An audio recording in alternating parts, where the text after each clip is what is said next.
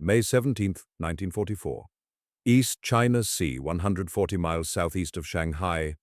Captain Masao Fujita stood on the bridge of the transport Takaoka Maru, watching his convoy of 8 cargo ships steam toward Japan.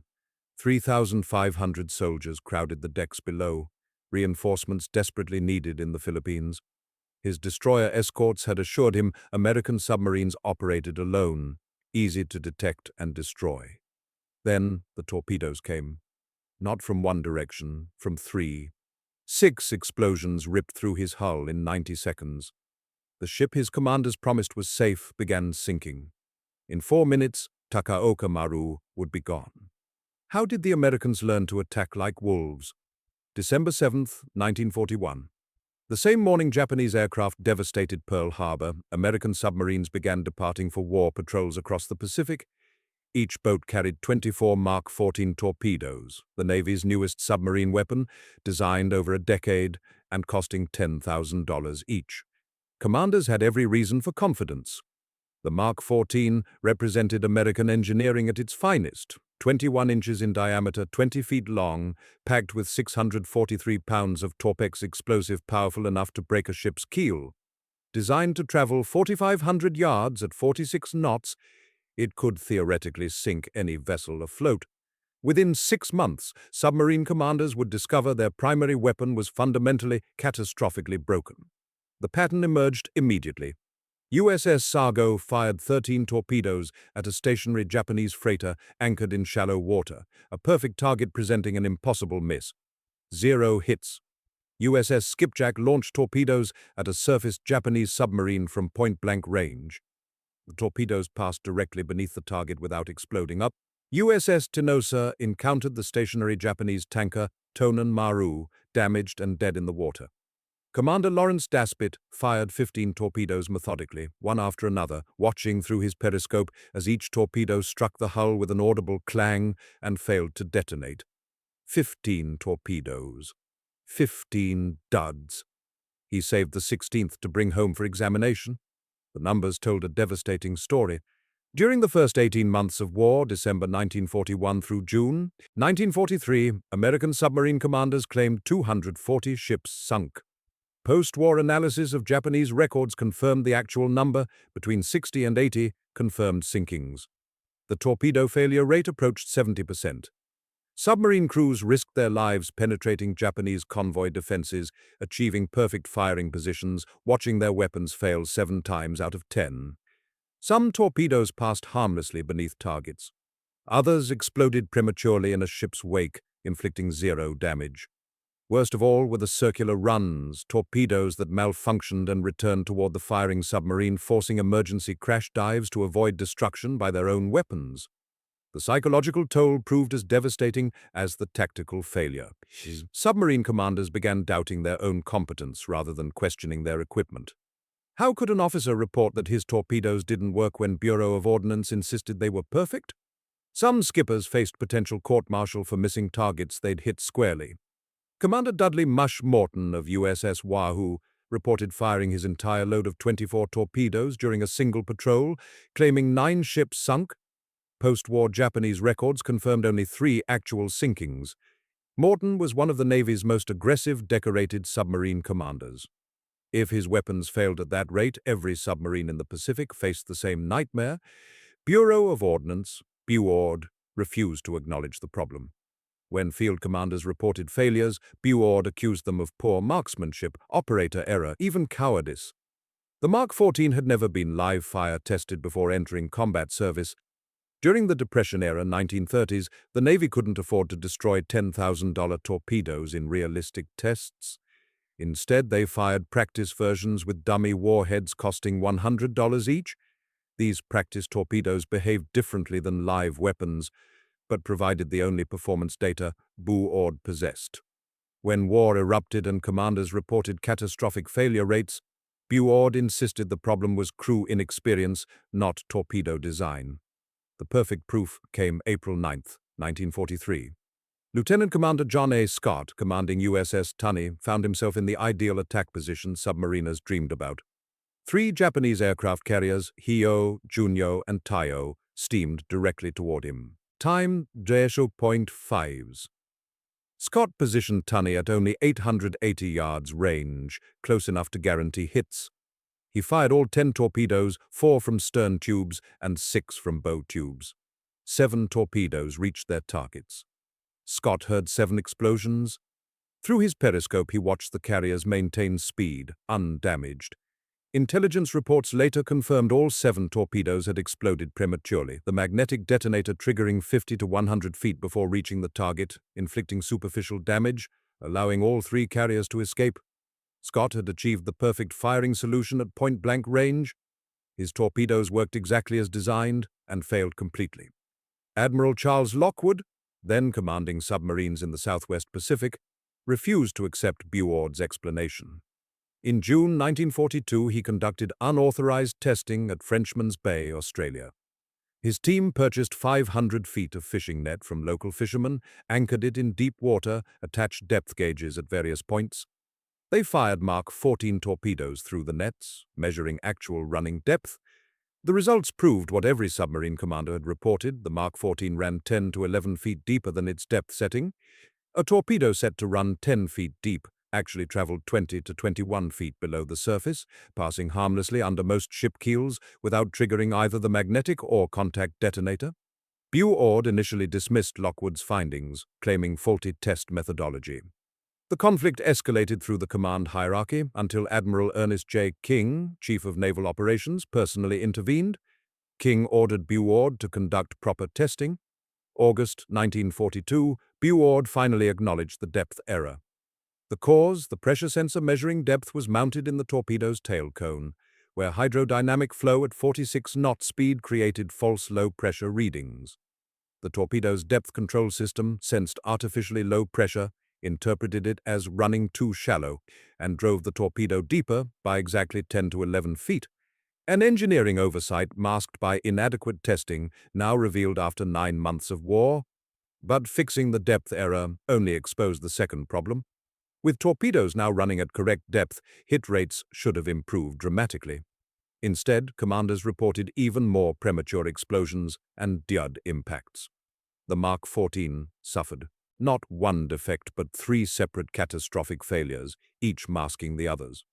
The magnetic detonator, designed to sense a ship's magnetic field and explode beneath the keel, proved impossibly sensitive to Earth's varying magnetic field, especially near the equator in Pacific waters. The contact detonator's firing pin crushed on direct 90-degree impacts instead of triggering the explosive. Only glancing hits at 45 to 60-degree angles detonated properly. American submarines went to war with a weapon that ran too deep, exploded too early, and failed to detonate on perfect hits. By mid-1943, Japanese convoys transited the Pacific with minimal losses, while American submarine crews endured 50 to 60-day patrols facing depth charges, air attacks, and mechanical failures, only to return with empty torpedo racks and minimal confirmed kills. Morale collapsed. Admiral Ralph Christie, commanding submarines in the Southwest Pacific and Lockwood's rival, wrote in his September 1943 diary, "Lockwood is against the torpedo, but brags about the tonnage." The comment revealed command-level tensions over equipment criticism. Christie refused to believe the Mark 14 was fundamentally flawed. Lockwood believed his captains instead of his torpedoes. February 1943 marked the turning point. Rear Admiral Charles A. Lockwood arrived at Pearl Harbor, assuming command of Submarine Force Pacific Fleet, SubPac. Unlike his predecessors, Lockwood maintained detailed records of every torpedo fired and every result achieved. He met returning submarine crews personally, debriefed commanders individually, listened to technical complaints other admirals dismissed. He created an atmosphere where questioning equipment became acceptable, reporting failures encouraged rather than punished, a revolutionary cultural shift in Navy hierarchy. Standing on the dock at Pearl Harbor, watching another submarine return from patrol with frustrated crews and minimal results, Lockwood made a promise that would define his command. "I'm going to fix the torpedo, even if I have to test it myself." That promise would pit one Navy admiral against the entire Bureau of Ordnance bureaucracy, risk his career, and transform American submarine warfare from ineffective harassment into the most devastating naval campaign of the Pacific War. But first, Lockwood had to prove what every submariner already knew. The Mark 14 torpedo was broken, and fixing it required challenging the same Navy establishment that designed it, Charles Andrews. Lockwood Jr. arrived at Pearl Harbor on February 7, 1943, carrying 3 years of submarine command experience and a conviction that would define his career. His captains weren't missing targets, their torpedoes were broken. As Commander Submarine Force Pacific Fleet, Lockwood controlled over 50 submarines representing America's primary offensive weapon against Japanese shipping. He also inherited the most contentious equipment failure in U.S. Navy history.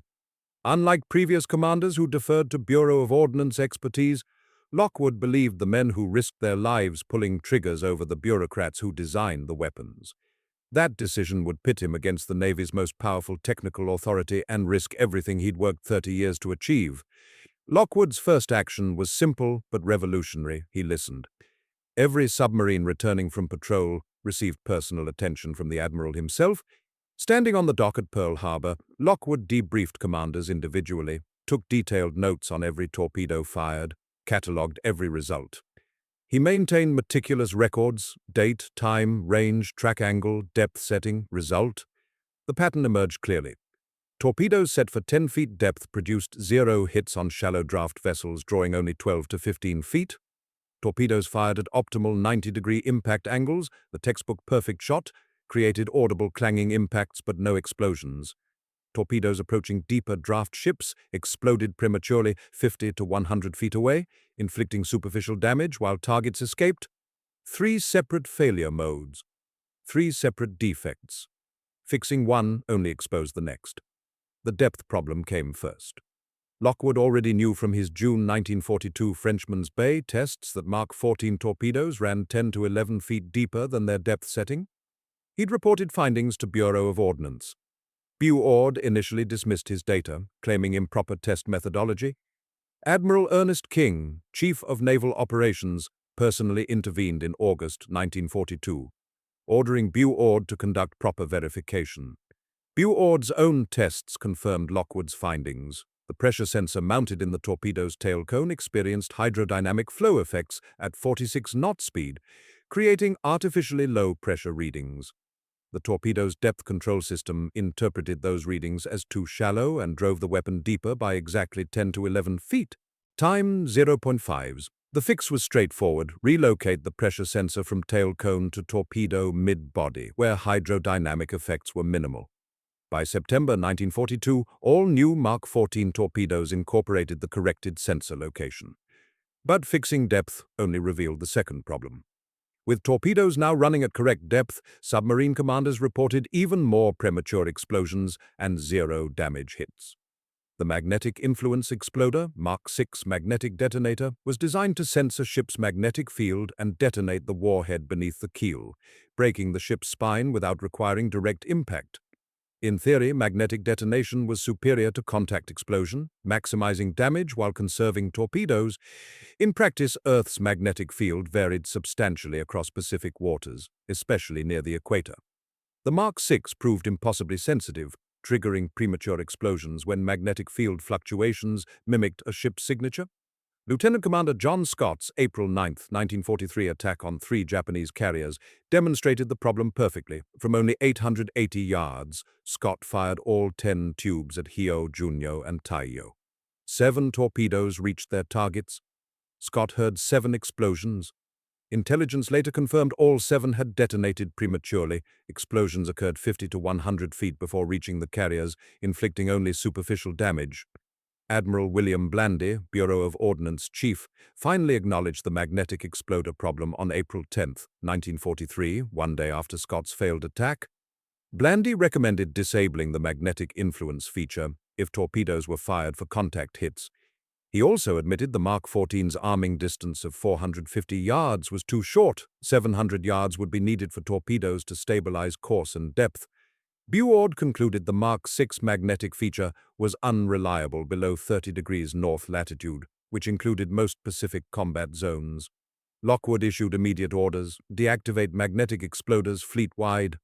All Mark 14 torpedoes would now use contact detonation only. June 24, 1943, Lockwood's order went into effect across Pacific submarine forces, which exposed the third defect. With magnetic exploders disabled and depth running corrected, hit rates should have soared. Instead, submarine commanders reported alarming numbers of solid hits producing audible impact sounds, but no explosions. Torpedoes striking target hulls squarely failed to detonate. USS Tinosa's commander Lawrence Daspit provided definitive proof. Encountering the damaged Japanese tanker Tonan Maru dead in the water, a stationary target presenting impossible miss, Daspit fired 15 torpedoes methodically, one after another. He heard each torpedo strike the hull with a distinct metallic clang. 0 explosions. 15 duds. Daspit saved his 16th torpedo and brought it home to Pearl Harbor for Lockwood's examination. August 1943. Lockwood personally oversaw comprehensive torpedo testing at Kahulaway Island, Hawaii. His team selected vertical cliff faces as targets, solid rock surfaces that would either detonate a torpedo or leave it intact for recovery. The tests revealed the final, most bizarre defect. Torpedoes fired perpendicular to the cliff face, 90-degree impact angle produced no explosion. The torpedo struck rock, bounced off, and sank intact. Torpedoes fired at 45 to 60-degree glancing angles detonated perfectly. Direct hits failed. Glancing shots worked. The physics proved counterintuitive but undeniable. The Mark 6 contact exploder's firing pin was crushed by maximum impact force at 90-degree angles, deforming before it could trigger the detonator. Only glancing impacts at reduced angles generated sufficient but not excessive force to fire the pin properly. The contact exploder required complete redesign. Lockwood's team experimented with lighter firing pins, stronger spring mechanisms, modified impact angles. The breakthrough came from an unexpected source. During the Pearl Harbor attack, American forces shot down several Japanese aircraft. Engineers examining recovered propeller blades discovered they were manufactured from a lightweight aluminum alloy, far lighter than American equivalents but equally strong. Lockwood's Ordnance team adapted the Japanese alloy for Mark 14 firing pins. The lighter pins required less force to trigger, reducing the crushing effect on direct impacts. Combined with stronger springs and training submarine crews to fire at 45 to 60-degree track angles, glancing shots rather than perfect perpendicular impacts, the contact exploder finally achieved reliable detonation. November 1943. 23 months after Pearl Harbor, the Mark 14 torpedo finally worked. Depth sensor relocated to mid-body. Torpedoes ran within 1 to 2 feet of set depth. Magnetic exploder permanently deactivated by direct order from Admiral King. No more premature explosions. Contact exploder redesigned with lighter firing pins. Reliable detonation on impact. Submarine crews trained on optimal 45 to 60-degree track angles. Glancing hits preferred over perpendicular shots. Lockwood issued his directive to submarine squadron commanders with barely suppressed satisfaction. "The torpedo works now. Go make them pay for 2 years of frustration." The results were immediate and devastating. December 1943, first full month with corrected torpedoes. Submarine sinkings doubled compared to December 1942. January 1944 sinkings tripled November 1943 levels. Torpedo effectiveness transformed from 3 to 8% hit rate during 1941 to 1943 to 35 to 48% hit rate during 1944 to 1945. USS Haddock demonstrated the new capability on its first patrol. With corrected torpedoes, 4 torpedo hits sank 2 Japanese ships. Submarine commanders who'd endured 2 years of frustration watching perfect shots fail finally possessed a weapon that matched their skill. But Lockwood's fight against Bureau of Ordnance had cost him politically. Bureau officials resented his public criticism of Navy equipment. Some staff officers accused him of undermining confidence in American weapons. Admiral Ralph Christie, commanding Southwest Pacific submarines and Lockwood's rival, remained skeptical throughout 1943 as his diary entry revealed, "Lockwood is against the torpedo but brags about the tonnage." Christie believed the problem was operator error, not equipment failure. Only overwhelming statistical evidence from late 1943 onward convinced doubters that Lockwood had been right. Admiral Chester Nimitz, Commander-in-Chief Pacific Fleet, backed Lockwood throughout the controversy. Nimitz reviewed patrol reports personally, recognized the pattern Lockwood documented, supported his testing program despite Bureau resistance. When King intervened at the highest command level, ordering Bureau to fix the torpedo or face congressional investigation, Lockwood's vindication became official. His promotion to Vice Admiral in October 1943 coincided with the torpedo fixes taking effect, recognition that challenging Navy hierarchy, when backed by evidence and supported by field commanders, could produce results. Lockwood created something rare in military bureaucracy, an atmosphere where questioning equipment became not just acceptable, but expected. Submarine commanders knew their admiral believed them. Technical complaints received serious investigation rather than dismissal. Failure reports generated testing programs instead of court-martial threats. That cultural shift, trusting operators over designers, prioritizing field evidence over laboratory theory, transformed submarine force effectiveness as much as the torpedo fixes themselves. Lockwood proved that solving technical problems required listening to the men who used the equipment, not the bureaucrats who designed it. November 1943. American submarines finally possessed reliable torpedoes. But Lockwood recognized that working weapons alone wouldn't win the campaign. Japanese convoy defenses were improving, more escort ships, better radar, increasingly sophisticated anti-submarine tactics. Traditional submarine doctrine, lone hunters operating independently, maintaining radio silence, attacking from stealth, yielded diminishing returns as Japanese countermeasures evolved. Lockwood needed tactical innovation to match his technical achievement. The solution lay in copying the enemy, specifically German U-boat wolf-pack tactics that had nearly strangled Britain in the Atlantic. Adapting those tactics to Pacific conditions would require abandoning traditional doctrine entirely. But if it worked, American submarines wouldn't hunt alone anymore. They'd hunt in packs. September 1943. With working torpedoes finally distributed across Pacific submarine forces, Lockwood faced his next challenge. Japanese convoy defenses were improving faster than American submarines could adapt. Escort destroyers multiplied from 2 or 3 per convoy to 6 or 8. Radar installations appeared on Japanese warships. Air patrol coverage expanded. Traditional submarine doctrine, lone hunters operating independently, maintaining strict radio silence, attacking from stealth, yielded diminishing returns against increasingly sophisticated countermeasures. Lockwood needed tactical innovation to match his technical achievement. The solution existed, proven devastatingly effective in the Atlantic Ocean, German U-boat wolf-pack tactics that had nearly strangled Britain's lifeline. Time 0.5, but copying the enemy required abandoning 70 years of submarine warfare doctrine. German Rudeltaktik, wolf-pack tactics, had terrorized Allied shipping since 1940. Admiral Karl Dönitz, commanding Germany's U-boat force, coordinated groups of 15 to 20 submarines into extended patrol lines across convoy routes. Shore-based headquarters at Befehlshaber der U-Boote, BDU, tracked Allied convoys through intelligence intercepts, directed U-boats via radio to intercept positions, orchestrated massed nighttime surface attacks, overwhelming escort defenses. The statistics proved devastating effectiveness. 1942 marked the peak. U-boats sank 1,160 Allied ships totaling 6.2 million tons. Convoy losses exceeded replacement construction by 300%. Britain's food supply nearly collapsed. Churchill later admitted the U-boat campaign was the only thing that truly frightened him during the entire war. Lockwood's intelligence staff studied German tactics throughout summer 1943, identifying core principles that made wolf-packs effective. Multiple submarines multiplied effectiveness beyond simple addition. 3 boats attacking simultaneously inflicted damage, far exceeding 3 separate attacks. Coordinated positioning overwhelmed escorts trained to hunt single submarines. Simultaneous attacks from different bearings created no escape zones where convoy evasive maneuvers became impossible. Radio communication enabled coordination impossible for lone hunters. The German model worked brilliantly in the Atlantic. Pacific conditions demanded substantial adaptation. The Atlantic featured open ocean with predictable convoy routes between Britain and North America. German wolf packs patrolled known shipping lanes, intercepting convoys whose routes intelligence could forecast.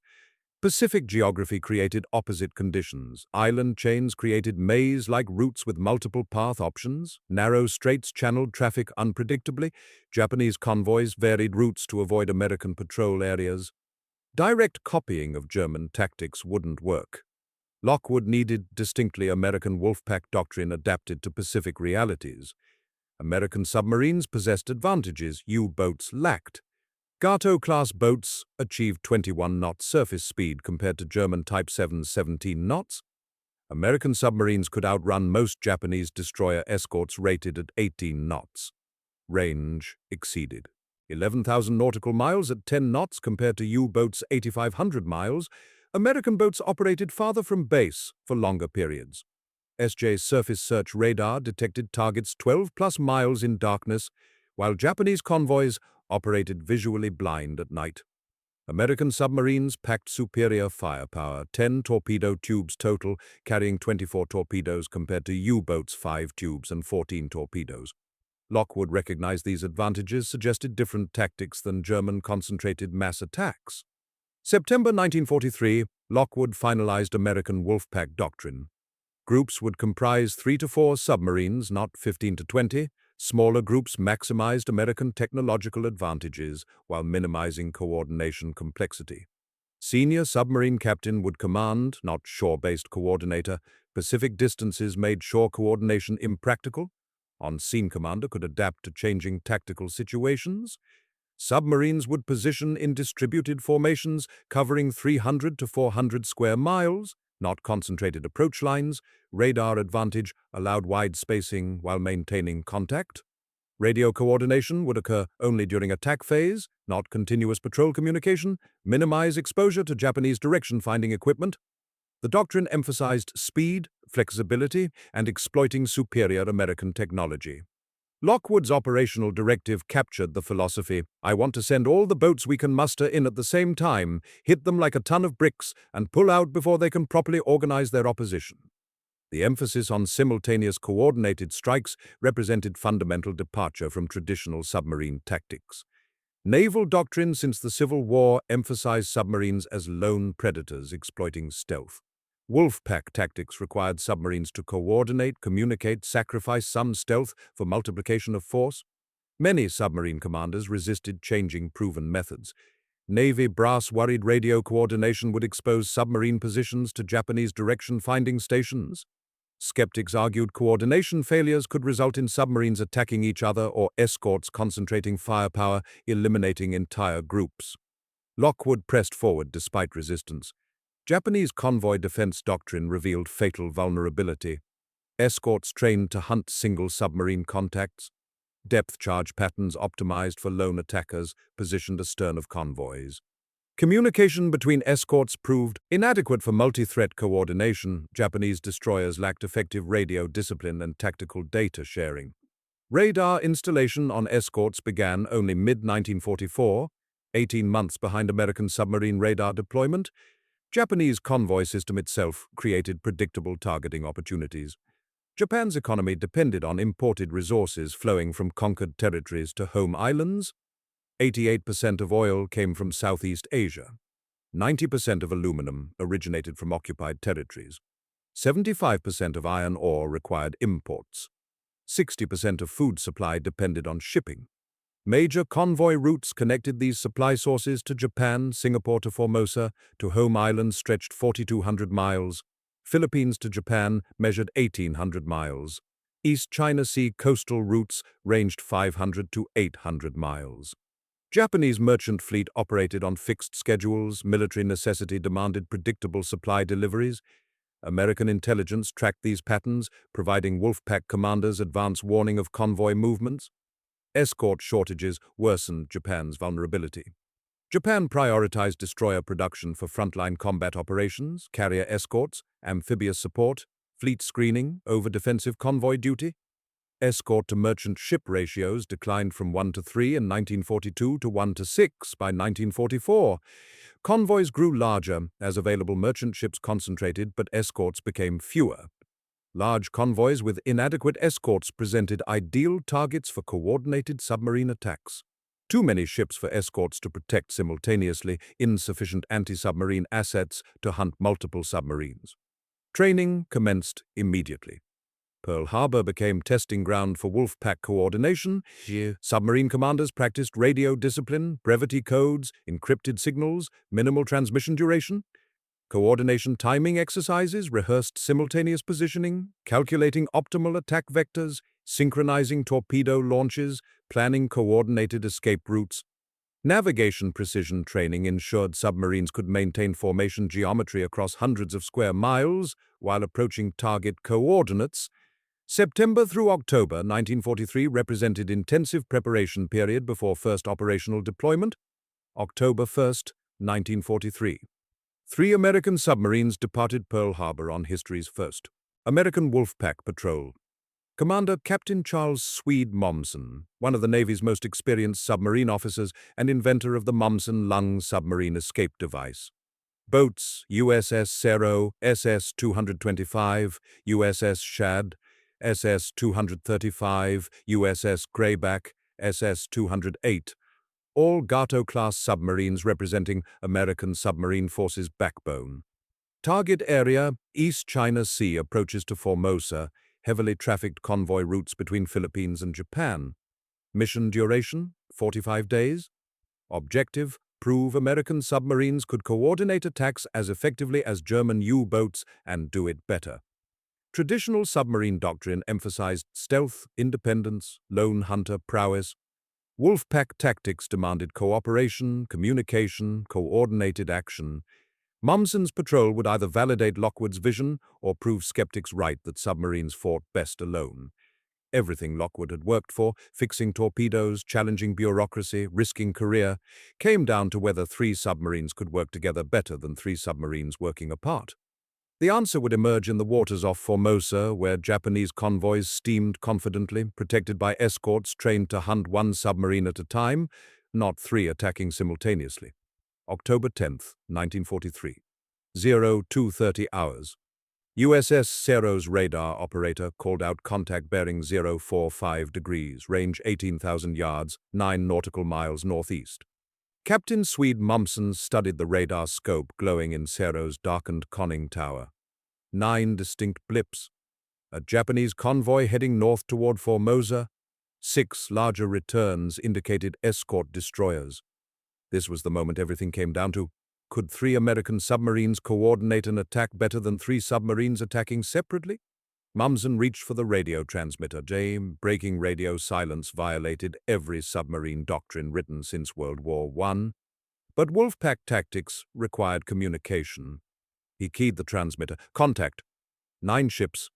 6 escorts. Coordinates follow. 15 miles to port, USS Shad acknowledged. 20 miles to starboard, USS Greyback confirmed receipt. The first American Wolfpack attack was beginning. Coordination proved harder than training suggested. Atmospheric interference delayed radio signals. 15 minutes in fast-moving naval combat. 15 minutes meant positions shifted dramatically. Greyback encountered a Japanese patrol aircraft forcing emergency dive, temporarily removing her from the attack. Shad's navigation error placed the boat 5 miles off intended position, requiring high-speed surface run to reach attack coordinates burning precious fuel. Mommsen adapted the plan in real time. Cerro would attack first, drawing escorts toward one bearing. Shad and Greyback would strike from flanking positions 30 minutes later, while escorts concentrated elsewhere. Sequential coordination rather than simultaneous strikes, not the textbook plan, but tactics had to match reality. 04:45 hours. Cerro fired 6 torpedoes at the lead freighter, Ko Maru, a 6,400-ton cargo vessel riding low with military supplies. 3 torpedoes struck amidships. The ship broke in half, sinking in 8 minutes. Escort destroyers wheeled toward Cerro's position, their screws churning water audible through the submarine's hull.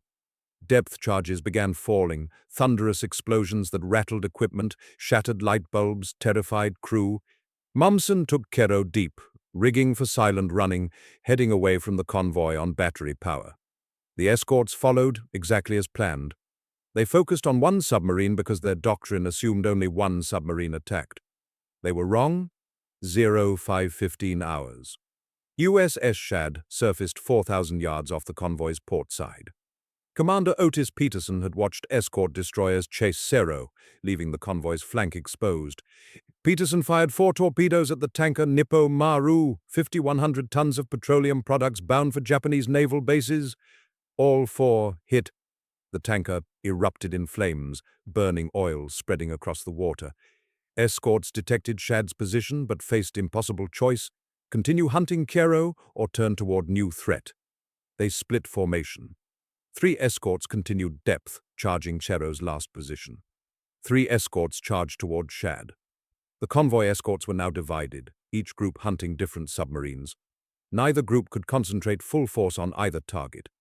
05:30 hours. USS Greyback surfaced on the convoy's starboard side. Commander John Anderson Moore found the transport Shonan Maru, 4,800 tons carrying Japanese troops, silhouetted against burning Nippo Maru. Moore fired 5 torpedoes. 2 struck home. Shonan Maru listed heavily, soldiers visible on deck scrambling for lifeboats. The ship sank in 14 minutes. Escorts now faced 3 separate submarine contacts in 3 different directions. Their anti-submarine doctrine, designed for hunting one submarine positioned astern of convoy, collapsed. Depth charge patterns optimized for single targets proved useless against distributed threats. Communication between escorts broke down as individual destroyers chased separate contacts without coordination. The convoy scattered, each merchant ship taking independent evasive action, eliminating any mutual protection convoy formation provided. 3 ships sunk totaling 16,300 tons confirmed. All 3 American submarines escaped without damage. Distributed attacks from 3 bearings created exactly what Lockwood had envisioned, a no-escape zone where convoy evasive maneuvers became impossible and escorts couldn't focus pursuit. Traditional convoy defense assumed single submarine position behind convoy, attacking targets of opportunity, then escaping. Wolfpack tactics placed submarines on 3 sides simultaneously, forcing escorts to defend multiple bearings at once, a task their training and doctrine never addressed. Over the next 18 days, Mumson's Wolfpack conducted 5 additional coordinated attacks. They sank 9 more ships, estimated 25,000 to 30,000 tons, total confirmed tonnage, though Mumson claimed 38,000 tons, including unconfirmed hits. Each engagement refined tactics. Optimal submarine spacing proved 15 to 20 miles, maximum radar detection range, while maintaining coordinated formation. Radio coordination signals required encryption using daily code changes to prevent Japanese direction-finding equipment from tracking American positions. Attack timing windows narrowed to 45 to 90 minutes, sufficient for coordination, short enough to prevent escort reaction organization. Escape routes were pre-planned with each boat assigned specific bearing to prevent collision during emergency dives. The American submarine's technical advantages proved decisive. SJ surface search radar detected targets 12+ miles in darkness, while Japanese convoys operated visually blind at night. American boats' 21-knot surface speed allowed rapid repositioning faster than 18-knot Japanese escorts could pursue. Gato-class submarines could reload torpedoes in 15 to 20 minutes, enabling follow-up strikes during same engagement. Each technical edge multiplied effectiveness when combined with coordinated tactics. Individual advantages became force multipliers through cooperation. Commander Edward Blakely, commanding USS Shark during a later May to June 1944 Wolfpack patrol, described the transformed operational environment in his patrol report. "The ocean is full of targets. We have more opportunities than torpedoes." His statement captured the revolution. During 1941 to 1943, with defective torpedoes and lone hunter tactics, submarines spent weeks finding single targets. By 1944, with working torpedoes and Wolfpack coordination, submarines found themselves overwhelmed with targeting opportunities, limited only by torpedo capacity. Blakely's first patrol sank 32,200 tons, more than many submarines achieved in entire 1942. November through December 1943, 4 additional Wolfpack patrols deployed using Mumson's refined tactics. Combined sinkings exceeded 100,000 tons in 2 months, quadruple the average solo submarine patrol results from the same period in 1942. Statistical analysis would later prove 3 boat Wolfpacks sank or damaged up to 40% more ships than 3 submarines operating individually. The mathematics were undeniable, coordination multiplied, effectiveness beyond simple addition. Japanese Naval Command initially attributed increased losses to bad luck, underestimating the American tactical shift. Intelligence reports documented multiple submarine contacts during attacks, but Japanese analysts assumed coincidental timing independent submarines happening to attack same convoy separately. The notion that American submarines coordinated operations seemed impossible given submarine doctrine emphasizing radio silence and independence. By the time Japanese commanders acknowledged coordinated American tactics, response measures lagged 4 to 6 months behind American innovation. Japanese countermeasures eventually materialized but proved inadequate. Escort numbers increased from 6 to 8 per convoy to 10 to 12 by January 1944.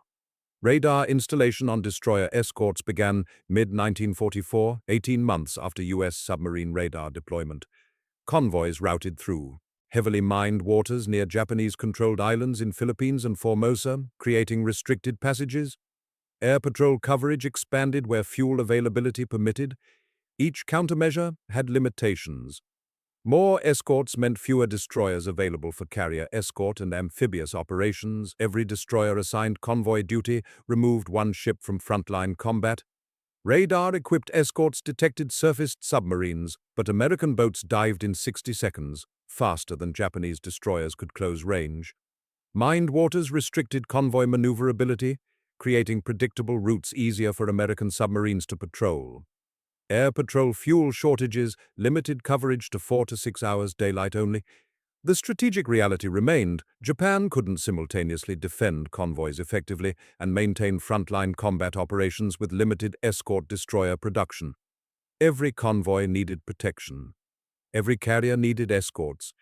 Every amphibious landing needed naval support. Japan's industrial capacity couldn't build enough destroyers for all missions simultaneously.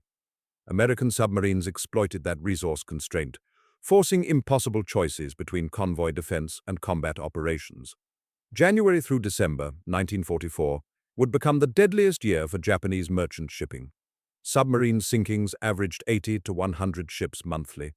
Japanese shipbuilding struggled to replace even 45% of losses. Tanker sinkings cut petroleum imports 90%. The combined fleet, Japan's main battle force, reduced to harbor-bound status for lack of fuel. Operation statistics hid human cost. Here, submarines became coffins for 60,000 to 70,000 Japanese merchant sailors, and 97,000 Japanese military personnel drowned when troop ships sank.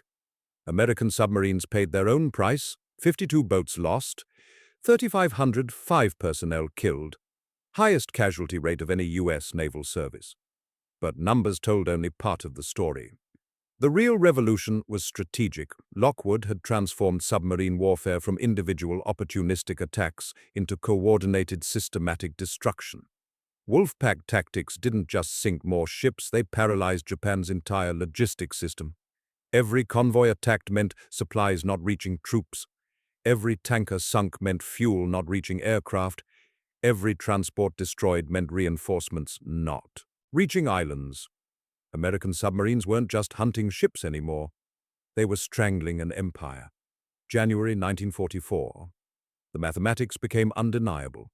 Japanese merchant fleet capacity stood at 4.1 million tons, down 23% from December 1941's 6.1 million tons. American submarines had sunk over 2 million tons of shipping in 2 years, but Japanese shipbuilding had replaced roughly 800,000 tons, maintaining minimal operational capacity. The real destruction was just beginning. Throughout 1944, American Wolfpack tactics combined with working torpedoes would transform steady attrition into systematic annihilation. By year's end, Japan's merchant fleet would be cut in half again. By war's end, only 12% would remain operational. An island empire dependent on imported resources was about to discover what happens when the ships bringing those resources disappear. The numbers told a story of mathematical certainty. December 1942, Japan possessed 5.3 million tons merchant capacity, lost 661,000 tons during the year, built approximately 100,000 to 150,000 tons replacement. Production deficit, negative 511,000 to 561,000 tons annually. Japan was losing ships 4 to 6 times faster than shipyards could replace them. December 1943, 4.1 million tons capacity, 1,067,000 tons lost, 180,000 to 200,000 tons built. Production deficit, negative 867,000 tons. The gap widened. 1944 marked Japan's maximum shipbuilding effort. Shipyards delivered 1,764,000 gross tons, peak production, mobilizing every available resource. Monthly construction averaged 147,000 tons. For the first time, Japanese replacement nearly matched losses. The year's total sinkings, 1,735,000 tons. Production deficit, only negative 28,000 tons, nearly breaking even. But the numbers masked catastrophic reality. Sinkings included tankers, specialized carriers, vessels with capabilities Japan couldn't replace. Generic cargo ship production meant nothing without fuel transport. Capacity. Steel allocation created zero-sum choices: build warships or merchant ships, not both. Every merchant vessel sunk required replacement, diverting resources from naval construction. The strategic crisis deepened with petroleum. Japan's economy and military depended entirely on imported oil. 100% of petroleum came from conquered Southeast Asian territories. 1941, Japan imported 1.8 million barrels monthly. 1942, 1.5 million barrels. 1943, 1.2 million barrels. 1944, 500,000 barrels, 72% reduction from 1941 levels.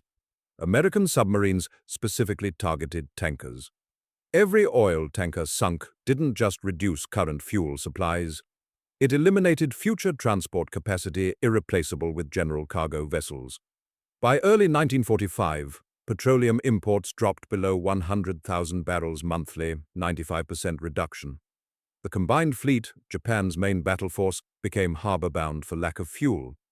The Battle of Leyte Gulf in October 1944 expended nearly all remaining reserves. Subsequent fleet movements limited to harbor defense only. Food supplies collapsed simultaneously. Japan imported 60% of food requirements from Korea, Formosa, and Southeast Asia. Rice shipments from occupied territories sustained both civilian population and military forces. As merchant shipping disappeared, inter-island food transport ceased. Civilian rations reduced to 1,500 calories daily from 2,200 calories pre-war. Military garrisons throughout the Philippines, New Guinea, and Burma faced starvation. Some theaters recorded higher troop mortality from hunger than battle casualties. By summer 1945, Japanese cities faced genuine famine. Merchant ships that might have transported food sat on ocean floors, sunk by American submarines. The human cost mounted horrifically on both sides. Japanese merchant marine casualties exceeded 60,000 to 70,000 sailors killed, approximately 65% of total merchant marine personnel. Average merchant ship crews numbered 40 to 60 men. Larger transports carried 100-plus crew plus military passengers. When submarines sank troopships, casualties multiplied. September 1944, convoy heading to Philippines carried 10,000 troops on 7 transports. American Wolfpack attacked. 4 ships sank. Over 4,000 soldiers drowned before reaching combat zones. Total Japanese military personnel killed by submarine action, 97,342 soldiers, sailors, airmen, more than U.S. Marine Corps suffered in entire Central Pacific campaign. American submarines paid their own price. 52 submarines lost during war, 374 officers killed, 3,131 enlisted personnel killed. Total submarine force casualties, 3,505. Casualty rate, 16% of submarine officer corps, 13% of enlisted submariners. Highest casualty rate of any U.S. naval service. USS Bonefish sank June 18, 1945, during Operation Barney. Attacked by Japanese patrol craft in Sea of Japan. 85 crew killed. The loss demonstrated submarine operations remained among most dangerous naval assignments even in war's final weeks. Commander Edward Blakely's USS Shark participated in multiple Wolfpack patrols during May to June 1944. First patrol sank 32,200 tons, more tonnage than many submarines achieved in entire 1942. Blakely's after-action report documented the transformation. The ocean is full of targets. We have more opportunities than torpedoes. His observation captured the revolution. During 1941 to 1943, with defective torpedoes and lone hunter tactics, submarines spent weeks finding single targets. By 1944, with working torpedoes and wolfpack coordination, submarines found themselves overwhelmed with targeting opportunities, limited only by torpedo capacity. Statistical analysis conducted by Navy Research Group in early 1945 quantified wolfpack effectiveness. 3 boat packs sank or damaged up to 40% more ships than 3 submarines operating individually. The mathematics proved coordination multiplied effectiveness beyond simple addition. Solo submarine averaged 4,000 to 6,000 tons sunk per patrol. Wolfpack submarine averaged 8,000 to 12,000 tons per patrol. Escort evasion rates improved, solo submarines 60%, wolfpack submarines 85%. Distributed attacks allowed coordinated escapes, while escorts pursued one submarine, others withdrew safely. Post-war interrogation of Vice Admiral Fukudome Shigeru, Imperial Japanese Navy staff officer, revealed Japanese perspective: the submarine was our greatest threat. More than B-29s, more than mines. We could not fight without supplies, and submarines took our supplies. Fukudome's admission confirmed American strategic assessment. Submarines inflicted damage exceeding all other American forces combined against Japanese logistics infrastructure. Final statistics war's end, August 1945, proved overwhelming. Total Japanese maritime losses, all causes, 8,618,109 tons. U.S. submarine-caused losses, 5,319,094 tons, representing 61.7% of total. Merchant ships sunk by submarines, 1,113 vessels, 52.5% of all merchant losses. Naval vessels sunk by submarines, 201 ships, 33% of Japanese Navy losses. American submarine force represented 1.6% of total U.S. Navy personnel but inflicted 54.6% of all Japanese maritime losses. Comparative impact analysis showed submarines exceeded all other forces. U.S. Army Air Force's strategic bombing sank approximately 1.5 million tons shipping. U.S. Navy surface forces sank approximately 1.8 million tons. U.S. submarines sank 5.3 million tons, more than strategic bombing and surface Navy combined. Personnel efficiency proved unprecedented, 16,000 total submarine personnel across war, each submariner accounting for average 332 tons sunk. Force multiplication through coordination, technology, and strategic targeting achieved results impossible through numerical superiority alone. Post-war U.S. Strategic Bombing Survey, official assessment analyzing war's effectiveness, concluded the war against shipping was perhaps the most decisive single factor in the collapse of the Japanese economy and of Japanese ability to supply military forces. The submarines bore the brunt of this campaign. The survey's authors recognized submarine warfare achieved strategic victory impossible for conventional forces. Small, highly capable force using innovative methods strangled an empire. December 1944. Japanese merchant fleet stood at 2.8 million tons capacity, 54% reduction from war's start. By August 1945, only 650,000 tons serviceable shipping remained, 77% reduction from December 1944, 89% reduction from December 1941. Japan's economy collapsed, military paralyzed, population starving. American submarines hadn't just sunk ships, they'd destroyed Japan's ability to wage war, and the impossible mathematics, 1.6% of personnel achieving 54.6% of results, proved that in modern naval warfare, innovation mattered more than numbers. Lockwood's 2-year crusade fixing torpedoes and adopting wolfpack tactics had paid off. An empire dependent on ships couldn't survive when those ships disappeared beneath Pacific waves. June 4, 1945. 9 American submarines gathered off the Japanese coast, preparing for history's boldest submarine operation. Vice Admiral Lockwood stood in his Pearl Harbor office, reviewing the plan one final time. Operation Barney, named after his Chief of Staff Barney Siglaff, would penetrate the Sea of Japan through supposedly impenetrable mine barriers in La Perouse and Tsugaru Straits. Japanese commanders believed those waters secure, protected by 12,000-plus mines laid across straight approaches. They were wrong. American submarines equipped with new FM sonar could detect mines at 400 to 600 yards range, enabling nighttime surface transit through minefields. Lockwood issued his operational briefing with characteristic confidence. The Japanese have built a wall around their sacred sea. We're going to prove no wall keeps out determined Americans. The participating submarines represented America's submarine force at peak capability. USS Bonefish, Creval, Flying Fish, Bowfin, Tinosa, Seahorse, Skate, Spadefish, Tunny, all Gato or Balau-class boats, all equipped with latest radar and sonar, all commanded by experienced captains, all carrying corrected Mark 14 torpedoes. They would transit Straits June 4th to 5th during 16-hour danger window, navigate mine barriers using FM sonar, surface run at 17 knots through 40-mile straight passages. Japanese maintained no active patrols, assuming minefields provided absolute protection. Complete operational surprise achieved. June 5th to 24th, 9 submarines operated coordinated Wolfpack attacks throughout Sea of Japan.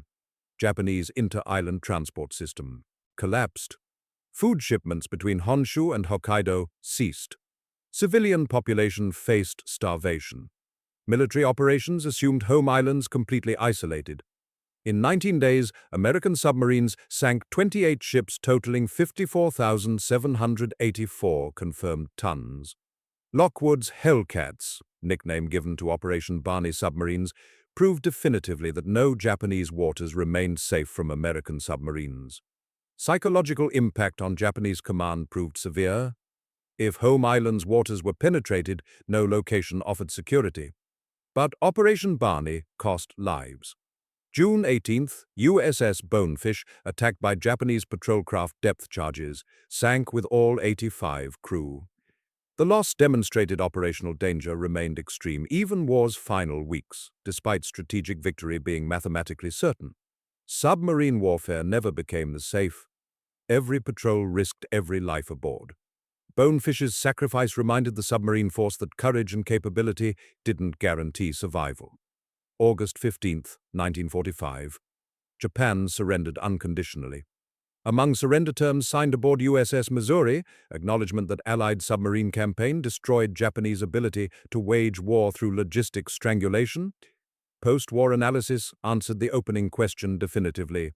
How did 1.6% of personnel achieve 54.6% of results? The answer lay in force multiplication through multiple factors. Coordinated tactics, Wolfpack operations doubled individual boat effectiveness versus solo patrols. Technological edge, radar provided 12-mile detection advantage in darkness, torpedo reliability, late war achieved 35 to 48% hit rate versus 3 to 8% early war. Japanese logistics vulnerability, 88% of resources imported, 100% of petroleum imported. Lose shipping equals lose war capability regardless of battlefield victories. Strategic targeting, submarines didn't just sink ships, they destroyed irreplaceable capabilities like tanker transport. Comparative analysis demonstrated what would have happened if submarines failed. Japanese merchant fleet at 6.1 million tons capacity could have sustained empire indefinitely. Military operations throughout Philippines, Burma, China would have continued with full logistics support. Fuel supplies would have maintained. Combined fleet operations. War would have extended minimum 1 to 2 years, with hundreds of thousands additional casualties both sides. Submarine campaign demonstrably shortened Pacific War by preventing Japanese reinforcement of island garrisons, enabling American island-hopping strategy, accelerating Japan's economic collapse. Lockwood's legacy extended beyond statistics. Charles Andrews Lockwood, Jr., retired 1947 as Vice Admiral after 40 years naval service. Received Navy Distinguished Service Medal 4 times, recognition unprecedented for submarine commander. Post-retirement, he wrote memoirs Sink 'em All, published 1951, documenting submarine campaign for public and future naval officers. Naval Academy named Lockwood Hall in his honor. Submarine Veterans Organization preserved his memory, maintained his reputation as admiral who believed his captains over his torpedoes. Technical innovation Lockwood championed transformed naval doctrine permanently. His insistence on equipment testing became standard across naval aviation and submarine programs. Bureau of Ordnance reformed post-war to include operator feedback in design process. Trust the warfighters became engineering principle. Mark 14 debacle taught generations of naval engineers never deploy untested equipment to combat, listen to field operators, question assumptions, prioritize evidence over theory. Modern submarine warfare doctrine traces directly to Lockwood's Pacific Command. Coordinated multi-submarine operations became standard practice NATO and U.S. naval exercises. Torpedo reliability testing protocols implemented across all navies derived from lessons learned 1941 to 1943. Present-day resonance continues. Of 52 submarines lost, 47 have been located through underwater archaeology projects. Lost 52 project, private organization, discovered USS Greyback 2019 off Okinawa at 1,400 feet depth. Greyback participated in first Wolfpack October 1943, lost February 1944. USS Grenadier found 2020 in Malacca Strait. The discoveries provide closure for families, confirm War Patrol reports, preserve history for future generations. Submarine museums across America preserve physical artifacts. USS Bowfin at Pearl Harbor participated Operation Barney, sank 44 ships. USS Cod in Cleveland conducted 7 war patrols, rescued Dutch submarine crew. USS Pampanito in San Francisco sank 6 ships, rescued British and Australian POWs from torpedoed Japanese transport. Visitors walk through actual conning towers, torpedo rooms, crew quarters, where 80 men lived 60 days per patrol. Oral histories recorded 1970s to 1990s captured first-hand accounts before veterans passed. Declassified War Patrol reports released 1970s revealed full operational scope previously classified. Educational impact reaches military academies worldwide. Naval Academy curriculum includes Lockwood case study as lesson in leadership, technical problem solving, bureaucratic navigation, tactical innovation. Business schools analyze Mark 14 torpedo crisis as organizational failure study, how bureaucracy resists evidence, how leadership enables innovation, how field operators drive solutions. Question everything approach to equipment failure investigation became engineering standard across industries beyond naval application. Return to opening scene, Commander Edward Blakely's 6 perfect torpedo hits, sinking Takaoka Maru in 4 minutes, May 17, 1944. Those 6 explosions represented culmination of Lockwood's 2-year crusade. Each explosion vindicated every submariner who reported dud torpedoes 1941 to 1943. Each hit proved American engineering could match any enemy when operators and designers worked together. Each sinking demonstrated small, elite force with working equipment and innovative tactics could achieve strategic outcomes impossible for conventional forces. Captain Masao Fujita, opening scene's Japanese transport commander, clung to debris watching American periscopes slip beneath waves. The impossible had become inevitable. American submarines no longer attacked alone. They attacked in coordinated packs. Their torpedoes no longer malfunctioned. They exploded reliably. Traditional convoy defense doctrine no longer worked. Escorts couldn't defend against simultaneous multi-bearing attacks. Everything Japanese commanders assumed about submarine warfare, lone hunters, defective American torpedoes, adequate convoy protection, proved catastrophically wrong. 1,113 Japanese ships rest on Pacific floor alongside 52 American submarines. 97,342 Japanese military personnel drowned. 3,505 American submariners never came home. Price of war measured in hulls and lives, victory measured in oil tankers that never reached port, troops that never reinforced islands, rice that never fed civilians, aluminum that never built aircraft. Empire strangled by mathematics, 1.6% of personnel, 54.6% of results, 5,319,094 tons sunk. From broken torpedoes to broken empire, achieved through one commander's refusal to accept bureaucratic failure as inevitable, Charles Lockwood proved that in modern naval warfare, force multipliers, coordinated tactics, working equipment, logistics interdiction matter more than raw numbers. His submarine campaign validated irregular warfare doctrine. Small, highly capable forces using innovative methods achieve strategic victories impossible for conventional forces. The 1,113 Japanese ships represent not just tactical successes but strategic transformation. Wolfpack tactics didn't just sink more ships, they paralyzed Japan's entire logistics system and forced unconditional surrender. So, August 15, 1945. Japan's surrender documents acknowledged what Lockwood had known since November 1943. American submarines armed with working torpedoes, employing coordinated Wolfpack tactics, targeting strategic logistics nodes, could strangle an island empire completely dependent on imported resources. One Navy commander's unofficial tactic, adapted from German enemy, implemented against institutional resistance, executed with finally reliable weapons, sank 1,113 ships, and proved innovation defeats numerical superiority. The silent service accomplished loud things,